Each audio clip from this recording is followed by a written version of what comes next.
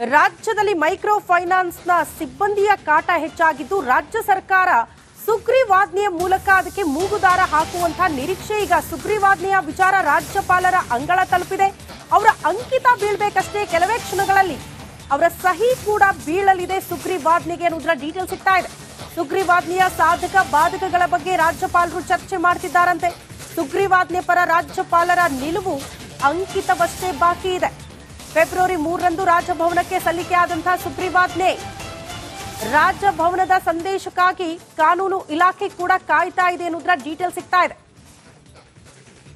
ರಾಜ್ಯಪಾಲರು ಅದಕ್ಕೆ ಅಂಕಿತ ಹಾಕ್ಬಿಟ್ರೆ ರಾಜ್ಯದಲ್ಲಿ ಸುಗ್ರೀವಾಜ್ಞೆ ಮೈಕ್ರೋ ಫೈನಾನ್ಸ್ ವಿಚಾರಕ್ಕೆ ಸಂಬಂಧಪಟ್ಟಂತೆ ಕಾರಣ ಒಂದಷ್ಟು ನಿಯಮಗಳು ಆ ಮೂಲಕ ಜಾರಿಯಾಗುತ್ತೆ.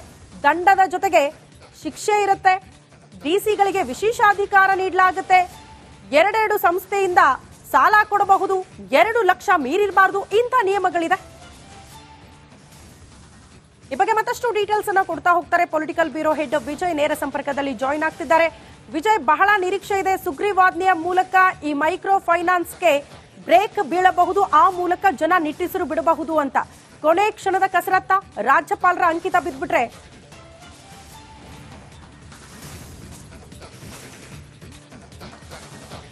ಶ್ರುತಿ, ಮೈಕ್ರೋ ಫೈನಾನ್ಸ್ ಆವಳಿ ತಡೆ ಸಂಬಂಧಪಟ್ಟಂತೆ ಈಗ ಏನು ಸುಗ್ರೀವಾಜ್ಞೆಗೆ ಯಾವುದೇ ಕ್ಷಣದಲ್ಲಿ ಅಂಕಿತ ಆಗುವಂತ ಸಾಧ್ಯತೆ ಇರುವಂತದ್ದು. ಈಗ ಕೆಲವೇ ಕ್ಷಣದಲ್ಲಿ ಒಂದು ಅರ್ಧ ಒಂದು ಗಂಟೆಯಲ್ಲಿ ಸಂಬಂಧಪಟ್ಟಂತೆ ರಾಜ್ಯಪಾಲರು ಅಂಕಿತ ಹಾಕುವಂತ ಸಾಧ್ಯತೆ ಇರುವಂತದ್ದು. ಈಗಾಗಲೇ ಕೂಡ ಏನು ಆ ಕರಡು ಪ್ರತಿಯನ್ನು ಕಳಿಸಲಾಗಿದೆ ಮುಖ್ಯಮಂತ್ರಿ ಸಿದ್ದರಾಮಯ್ಯ ಅವರು.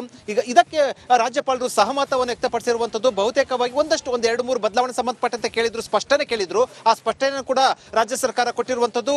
ಇದೀಗ ರಾಜ್ಯಪಾಲರ ಮುಂದೆ ಈಗ ಕಡ್ತಾ ಇರುವಂತದ್ದು ಯಾವುದೇ ಕ್ಷಣದಲ್ಲಿ ಕೂಡ ಸುಗ್ರೀವಾಜ್ಞೆಗೆ ಸಹಿ ಹಾಕುವಂಥದ್ದು.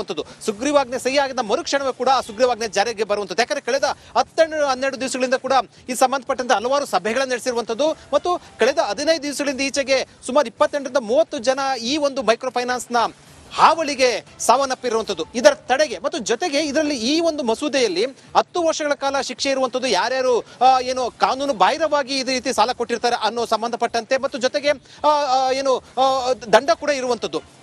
ಇದಾದ ಬಳಿಕ ಸುಗ್ರೀವಾಜ್ಞೆದ ಬಳಿಕ ಇದಕ್ಕೆ ಹೇಗೆ ಕಡಿವಾಣ ಬೀಳುತ್ತೆ, ಇದರ ಸಂಬಂಧಪಟ್ಟಂತೆ ಇನ್ನಾದ್ರೂ ಕೂಡ ಅದರ ಅವಳಿ ತಪ್ಪು ತನ್ನನ್ನು ಕಾದು ನೋಡಬೇಕಾಗಿದೆ. ಆದರೆ ಇನ್ನು ಕೆಲವೇ ಕ್ಷಣಗಳಲ್ಲಿ ಸಂಬಂಧಪಟ್ಟಂತೆ ಸುಗ್ರೀವಾಜ್ಞೆ ಹೊರಬಳಿಯುವಂತ ಸಾಧ್ಯತೆ ಇರುವಂತದ್ದು. ಶ್ರುತಿ, ಓಕೆ ವಿಜಯ್, ಧನ್ಯವಾದಗಳು ತಮ್ಮೆಲ್ಲ ಮಾಹಿತಿಗೆ.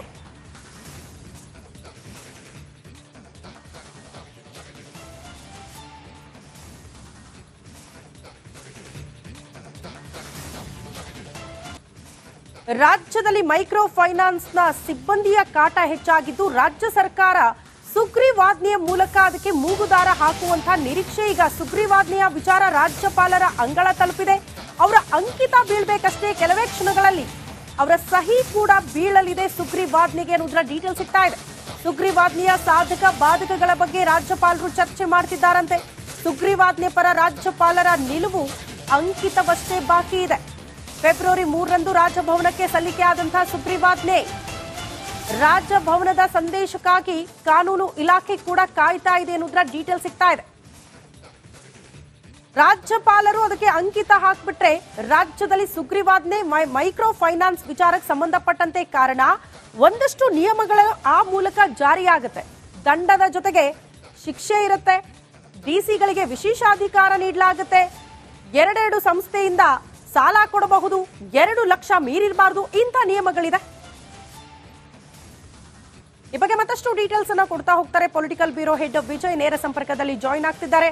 ವಿಜಯ್, ಬಹಳ ನಿರೀಕ್ಷೆ ಇದೆ ಸುಗ್ರೀವಾಜ್ಞೆಯ ಮೂಲಕ ಈ ಮೈಕ್ರೋ ಫೈನಾನ್ಸ್ಗೆ ಬ್ರೇಕ್ ಬೀಳಬಹುದು, ಆ ಮೂಲಕ ಜನ ನಿಟ್ಟುಸಿರು ಬಿಡಬಹುದು ಅಂತ. ಕೊನೆ ಕ್ಷಣದ ಕಸರತ್ತ, ರಾಜ್ಯಪಾಲರ ಅಂಕಿತ ಬಿದ್ಬಿಟ್ರೆ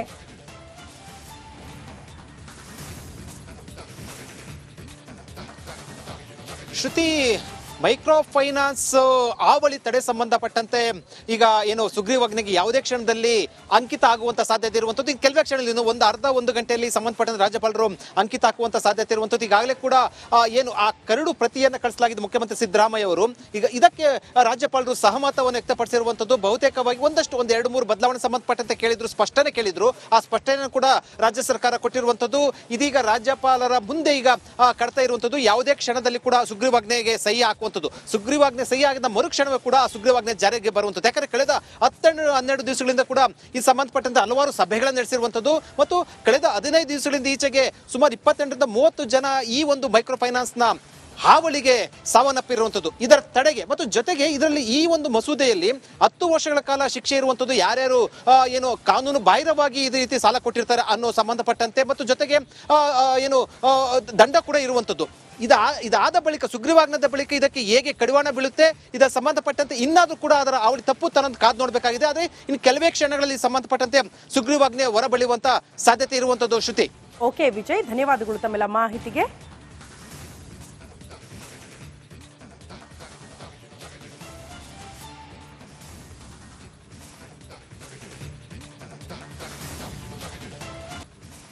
ರಾಜ್ಯದಲ್ಲಿ ಮೈಕ್ರೋ ಫೈನಾನ್ಸ್ನ ಸಿಬ್ಬಂದಿಯ ಕಾಟ ಹೆಚ್ಚಾಗಿದ್ದು ರಾಜ್ಯ ಸರ್ಕಾರ ಸುಗ್ರೀವಾಜ್ಞೆಯ ಮೂಲಕ ಅದಕ್ಕೆ ಮೂಗುದಾರ ಹಾಕುವಂತಹ ನಿರೀಕ್ಷೆ. ಈಗ ಸುಗ್ರೀವಾಜ್ಞೆಯ ವಿಚಾರ ರಾಜ್ಯಪಾಲರ ಅಂಗಳ ತಲುಪಿದೆ.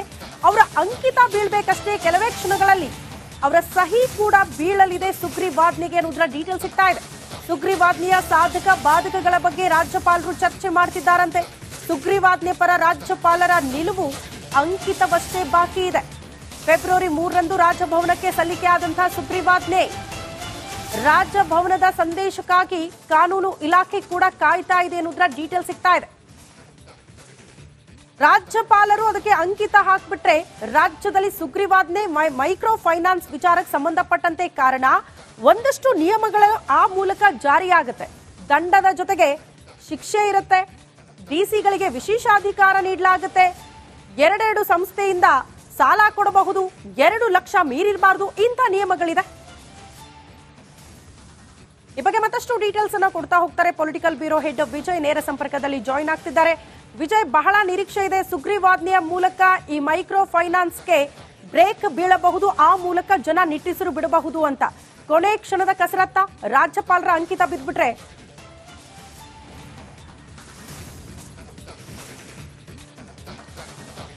ಶ್ರುತಿ, ಮೈಕ್ರೋ ಫೈನಾನ್ಸ್ ಹಾವಳಿ ತಡೆ ಸಂಬಂಧಪಟ್ಟಂತೆ ಈಗ ಏನು ಸುಗ್ರೀವಾಜ್ಞೆಗೆ ಯಾವುದೇ ಕ್ಷಣದಲ್ಲಿ ಅಂಕಿತ ಆಗುವಂತ ಸಾಧ್ಯತೆ ಇರುವಂತದ್ದು. ಈಗ ಕೆಲವೇ ಕ್ಷಣದಲ್ಲಿ ಒಂದು ಗಂಟೆಯಲ್ಲಿ ಸಂಬಂಧಪಟ್ಟಂತೆ ರಾಜ್ಯಪಾಲರು ಅಂಕಿತ ಹಾಕುವಂತ ಸಾಧ್ಯತೆ ಇರುವಂತದ್ದು. ಈಗಾಗಲೇ ಕೂಡ ಏನು ಆ ಕರಡು ಪ್ರತಿಯನ್ನು ಕಳಿಸಲಾಗಿದೆ ಮುಖ್ಯಮಂತ್ರಿ ಸಿದ್ದರಾಮಯ್ಯ ಅವರು.